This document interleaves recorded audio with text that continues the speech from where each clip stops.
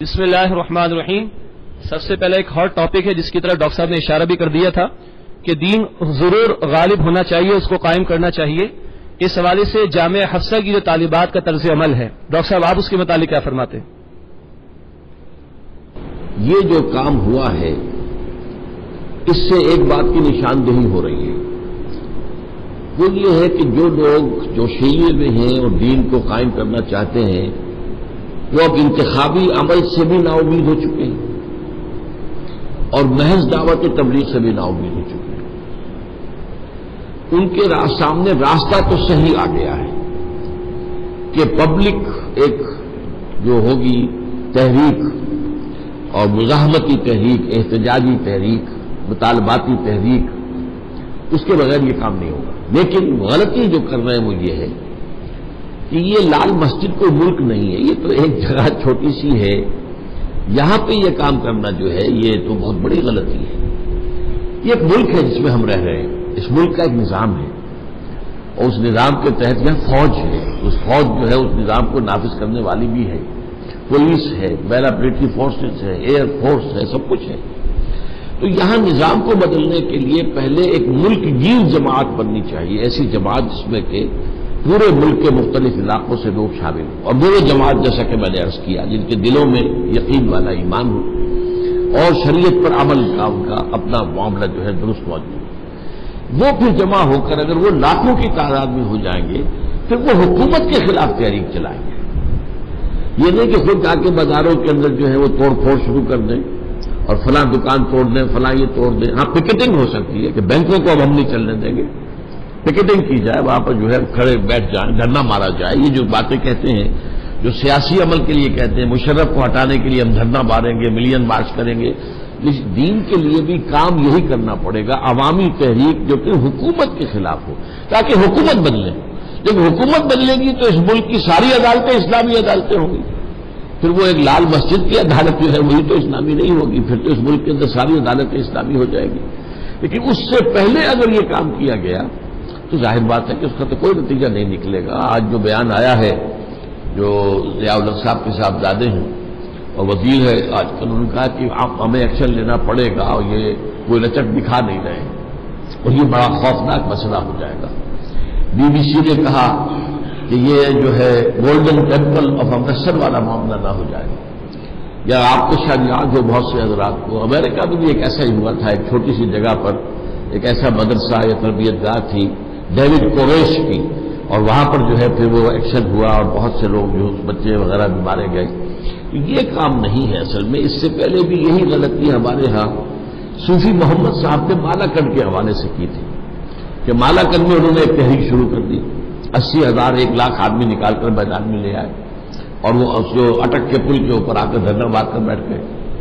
تو میں اس زمانے میں ان کے پاس گیا اور میں نے کہا کہ دیکھیے یہ ایک ملک نہیں ہے مالاکنڈ، ملک پاکستان ہے، آپ کو کام کرنا ہے تو ملک گیر سطح پر یہ تحریک چلائیے اور میں آپ کے لیے جلسے کا اہتمام کرتا ہوں، آپ لاہور آئیے جلسہ کیجیے۔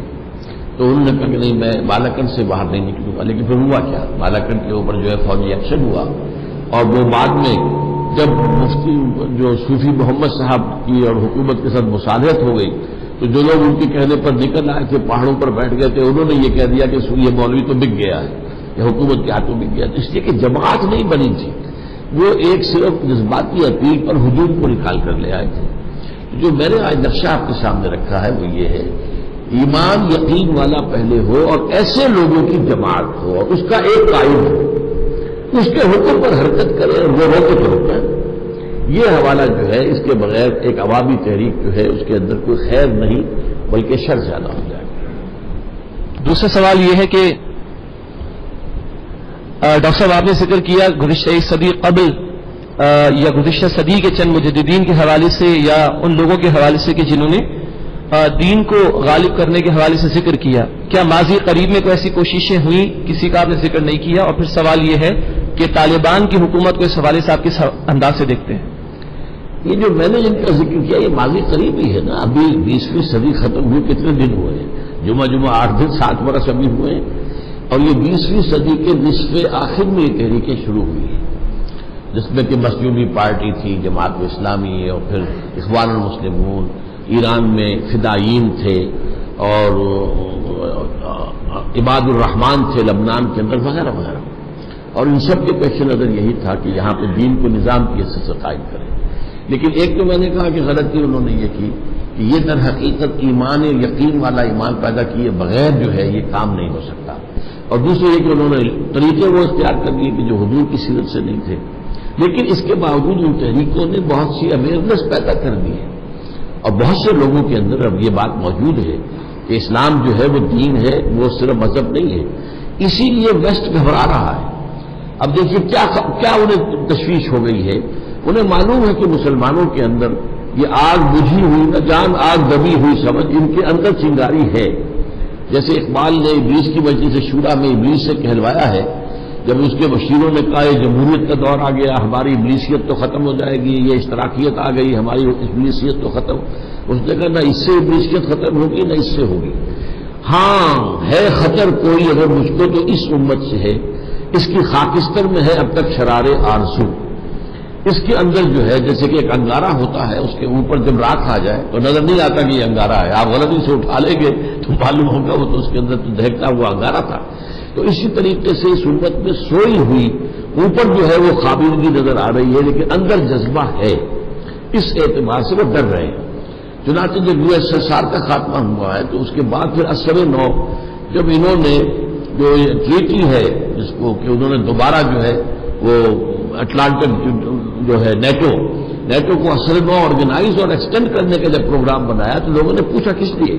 کیونکہ کہ اب ہمیں اسلامک فنڈامنٹلزم سے خطرہ ہے، اس لیے کہ پہلے انہیں جو اشتراکیت سے جو مقابلہ تھا وہ بھی نظام کا تھا، مذہب کا تو نہیں تھا۔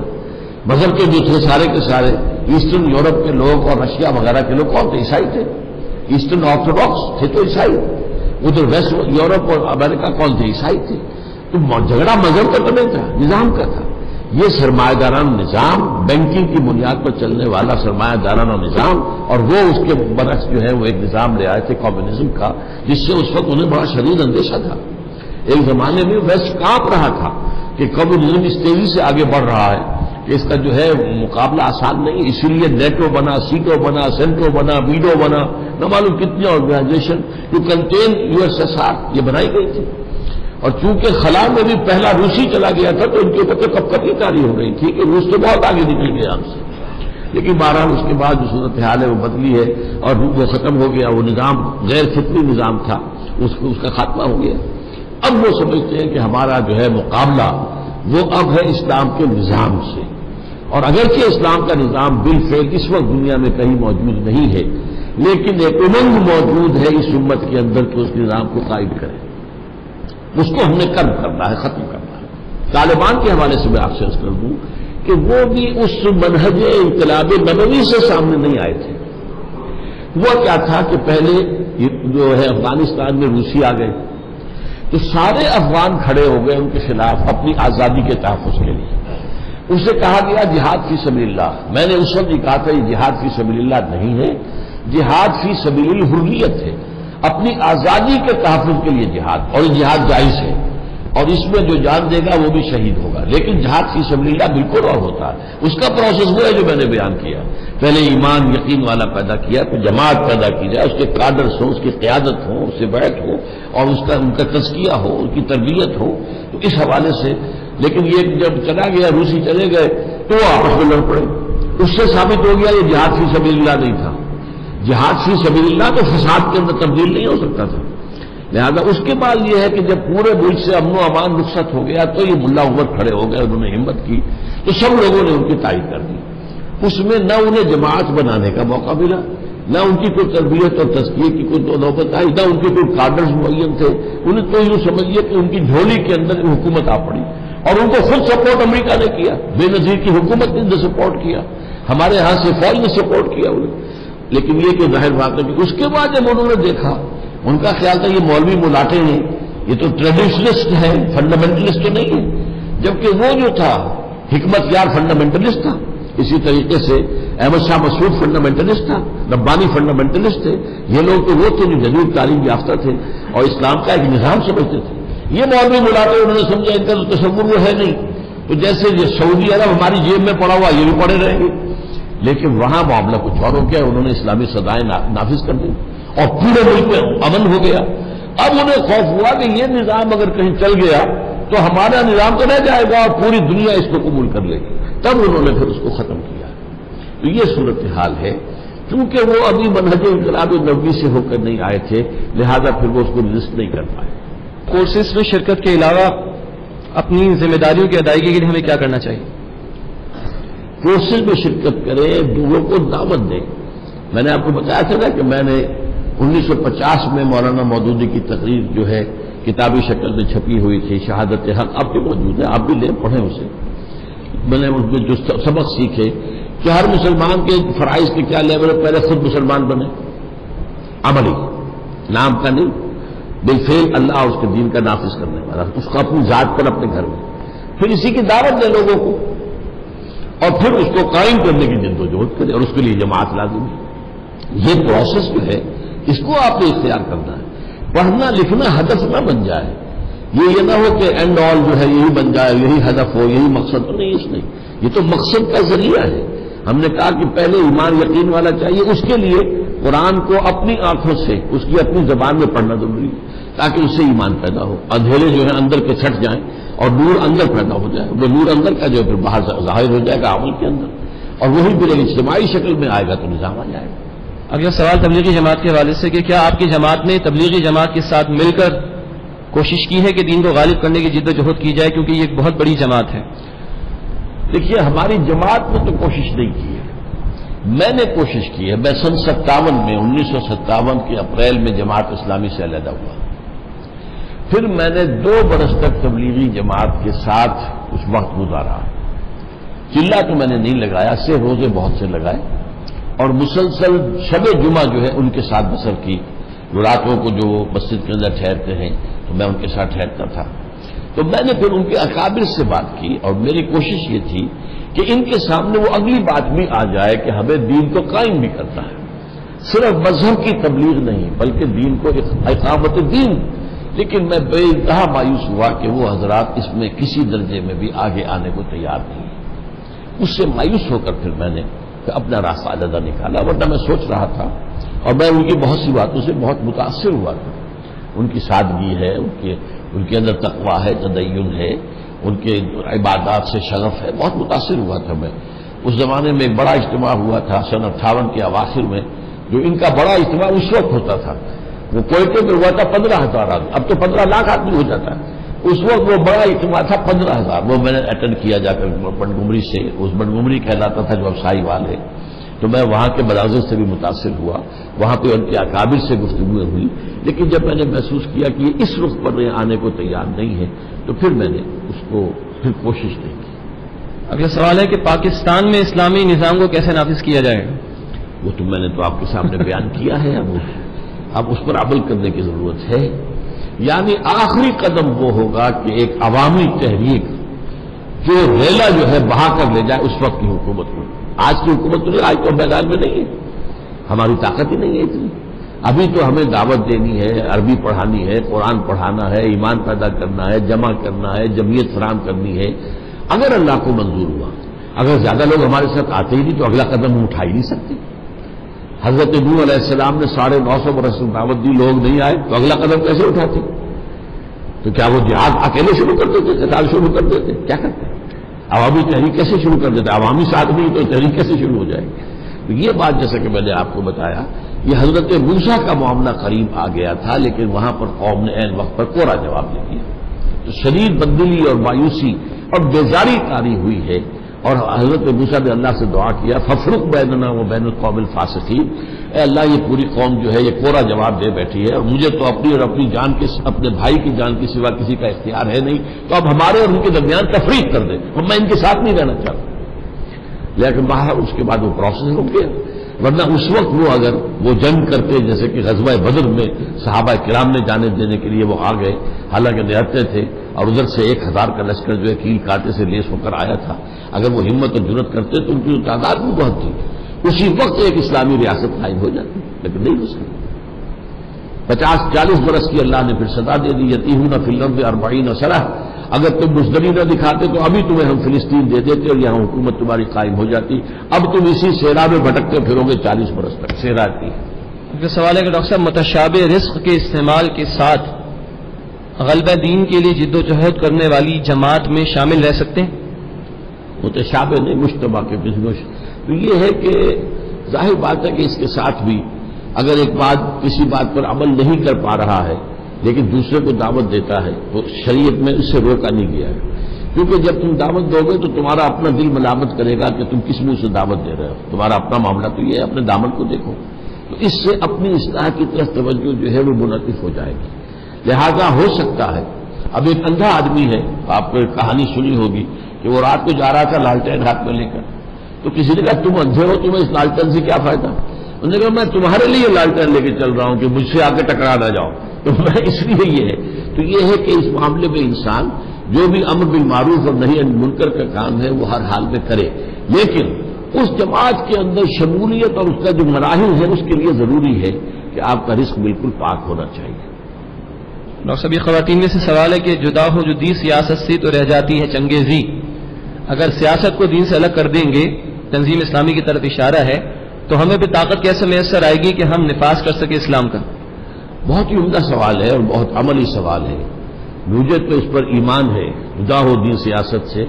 میں سمجھتا ہوں کہ سیاست ہمارے دین میں دین سے جدا نہیں ہے بلکہ دین کے تابع ہے، اور جب تک کہ حکومت پر قبضہ نہیں ہوگا اسلام کو آپ نافذ نہیں کر سکتے. قبضہ کیسے ہو یہ ہے سوال. کیا ان الیکشن کے ذریعے سے ہو سکتا ہے؟ اب یہاں آپ کی آبادی 1 مین 1 ووٹ. ایک بہت بڑا عالم دین شیخ الحدیث ہے، اس کا بھی ایک ہی ووٹ ہے، اور ایک جاہل ہے کچھ اور جیسا کا بھی ہے، وہ فاسق بھی ہے فاجر بھی، اس کا بھی ایک ووٹ ہے. اور پھر یہ کہ ہمارے ہاں 70% ووٹر جو ہیں وہ جاگیرداروں اور زمینداروں کے انگوٹھے تلے بیٹھے ہوئے ہیں.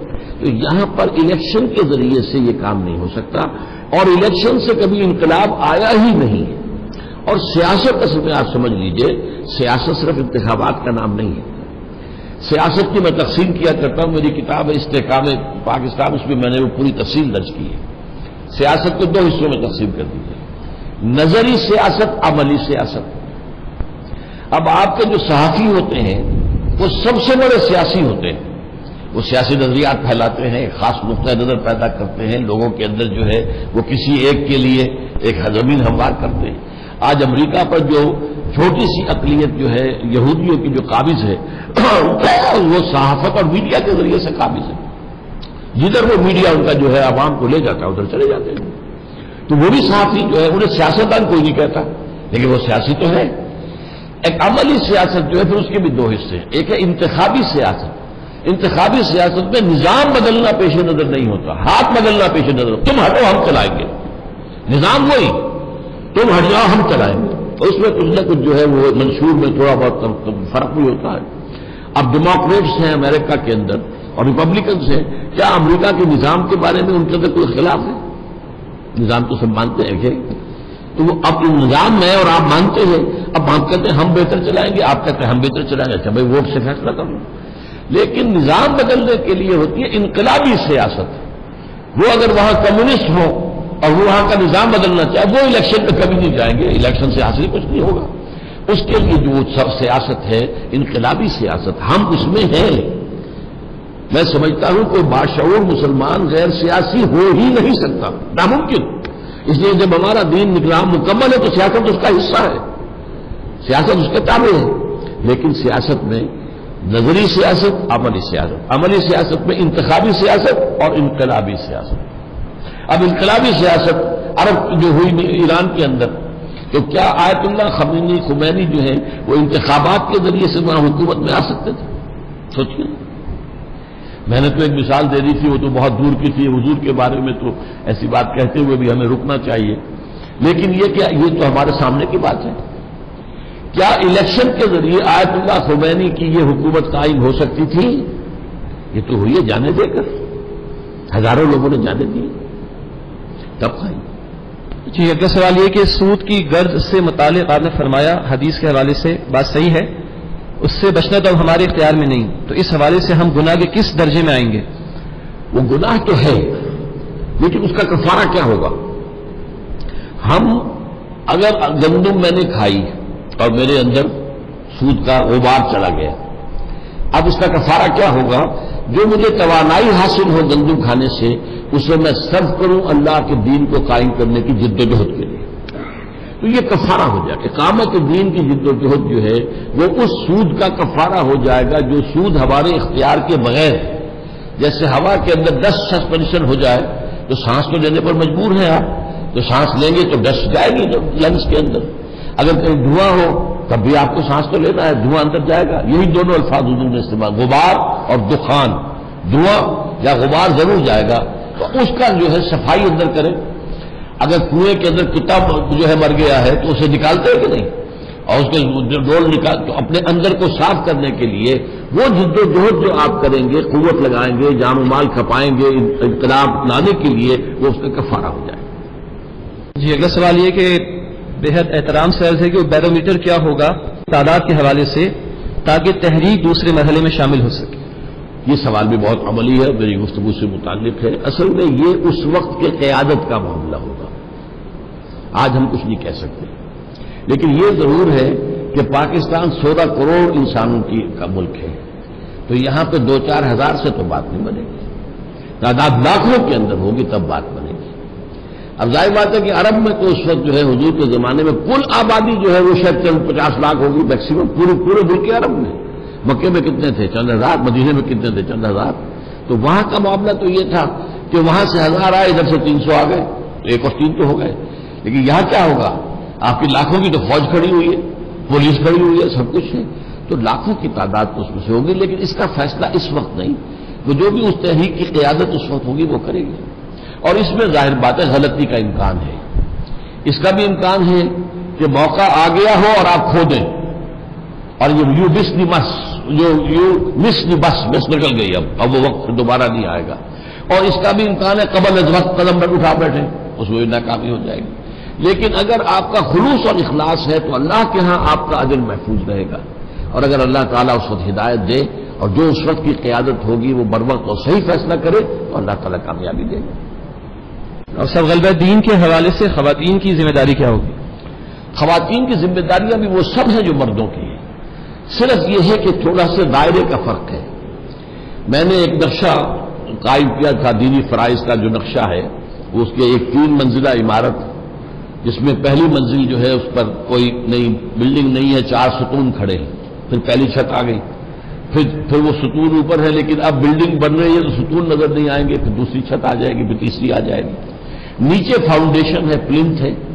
تو اس کے حوالے سے نوٹ کیجئے کہ فاؤنڈیشن ہے ایمان، پہلا کام یہ ہے یا ایھا الذین آمنوا آمنوا، اے ایمان کے دعوے دارو ایمان لاؤ، جیسا کہ ایمان لانے کا حق ہے، یہ ہر مرد کو بھی کرنا، ہر عورت کو بھی کرنا، اور وہی کام جو کرنا ہے قرآن مجید سے مردوں کو وہی عورتوں کو کرنا ہے قرآن مجید کے ذریعے سے۔ پھر یہ ہے کہ اس کے اوپر جو 4 جو کھڑی ہوئی ہیں ستون، وہ کیا ہے؟ نماز، روزہ، حج، زکوٰۃ، 4 عبادات ہیں، یہ سب پر فرض ہیں۔ یہ ضرورت تھوڑا سا فرق پڑ گیا کہ مردوں کے لیے مسجد میں جا کر نماز پڑھنے میں بہت زیادہ ثواب ہے، عورتوں کے لیے گھر میں نماز پڑھنے میں زیادہ ثواب ہے، یہ ہے یہ، لیکن یہ کہ نماز تو فرض ہے۔ اسی طریقے سے حج، عورت اگر محرم نہیں ہے تو پھر وہ حج نہیں کرے گی بلکہ وہ بدل کر آئے گی، مرد کے اوپر ہر حال میں کرنا ہے۔ اس حوالے سے تھوڑا فرق واقع ہوتا ہے، لیکن وہ 4 عبادتیں تو فرض ہے، روزہ بھی فرض ہے، زکوٰۃ فرض ہے۔ پھر یہ کہ دین کی دعوت دینا، یہ مسلم عورت پر بھی ہے اور مرد پر بھی ہے، لیکن عورت عورتوں کو دعوت دے گی یا اپنے محرم مردوں کو، اپنے بھائیوں کو، اپنے عزیزوں کو، اپنے جو بھی محرم مرد ہیں اپنے بیٹوں کو تیار کریں، جیسے صحابیات ہیں، حضرت خنسا ہیں، ان کے کئی بیٹے جو ہیں اللہ کی راہ میں شہید ہوئے اور وہ ہر شہادت پر اللہ کا شکر ادا کرتی رہی، تو اپنے بچوں کو اس کام کے لیے تیار کریں، اپنے شوہروں کو اس جد و جہد میں لگائیں، وہ دعوت، اور عورتوں میں دعوت و تبلیغ بھی کریں۔ آخری چیز جو اقامت الدین، اس میں جو آخری مرحلہ ہے میدان میں آ کر، وہ عورتوں پر فرض نہیں ہے، وہ ظاہر بات ہے کہ وہ اس کے لیے انڈائریکٹلی اپنے مردوں کو اس کام کے لیے نکال کر اور ان کو سپورٹ کر کے اور ان کو اپنی جو ذمہ داریاں ہیں ان پر سے کم کر کے، تاکہ وہ لوگ جو ہیں دل جمعی کے ساتھ کام کر سکیں، یہ ان کا انڈائریکٹ حصہ ہو جائے گا۔ اس لیے حضور کے پاس جب خواتین آئیں اور انہوں نے یہ کہا کہ حضور یہ مرد تو ہم سے بازی لے گئے بہت، وہ جہاد کرتے ہیں، وہ قتال کرتے ہیں، وہ اللہ کی راہ میں جانے دیتے ہیں، ان کے تو اونچے مراتب ہیں، ہم ان کے بچے گودوں میں اٹھائے پھرتی ہیں، تو ہمارے حضور نے فرمایا نہیں، تم اگر اپنے شوہر کی غیر موجودگی میں اپنی نفس کی بھی حفاظت کرتی ہو اور اپنے شوہر کے مال کی بھی حفاظت کرتی ہو اور اس کی اولاد کی تربیت، وہی ثواب تمہیں ملے گا یا تمہارے شوہر کو جنگ میں جانے سے مل رہا ہے، وہی ثواب ملے گا۔ تو یہ ہے صرف دائرہ کار کے اندر بعض جگہ پر اس میں فرق ہے، باقی فرائض دینی وہی ہے، مرد اور عورت۔ اگلا سوال ڈاکٹر صاحب یہ کہ اللہ کے رسول صلی اللہ علیہ وسلم کو تقریباً 20 سال لگے غلبہ دین کی جد و جہد مکمل کرنے میں سرزمین عرب کی حد تک، آپ کا خیال کیا ہے کہ ہمیں کتنا عرصہ لگے گا؟ کیا اس حوالے سے کوئی ٹائم فریم یا ٹائم ٹارگیٹ ہونا چاہیے ہمارے ذہن میں؟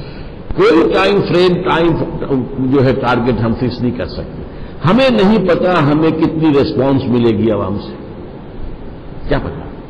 اگر اللہ تعالیٰ لوگوں کے دل پھیر دے، جیسا کہ حدیث میں آتا ہے کہ بعض اوقات اللہ تعالیٰ اپنے فرشتوں سے کہتا ہے کہ میں اپنے فلاں بندے سے خوش ہوں، تم بھی اعلان کر دو، اور اللہ کے جو بھی بندے ہوتے ہیں پھر اس کی طرف رجوع کرتے ہیں۔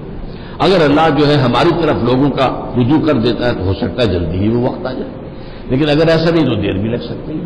لیکن ہمیں جلد بازی میں کوئی کام نہیں کرنا ہے، اور ہم نے جیسا کہ میں نے آپ کو بتایا، میں کہا کرتا ہوں کہ بڑا براڈ اسپیکٹرم ہے۔ ایک حد پر کھڑے ہیں حضرت نوح، 950 برس دعوت دی اور کسی نے مانی نہیں، اب کیا کرتے ہیں؟ ایک آخری دوسرے کنارے پر حضور کھڑے ہیں، 20 برس میں انقلاب برپا کر دیا۔ اب ظاہر بات ہے ہم کہیں درمیان ہی میں آئیں گے نہ حضرت نوح کا معاملہ ہو سکتا نہ حضور کا دوبارہ ہو سکتا، ہوگا ضرور لیکن اس میں وقت بہت لگے گا، اس میں وقت کا فیکٹر جو ہے وہ کمپنسیٹ کرے گا شخصیت کو۔ حضور کی شخصیت جو ہے وہ ہمارے درمیان موجود نہیں ہے، تو وقت جو ہے اس میں زیادہ لگے گا، کوئی حرج نہیں۔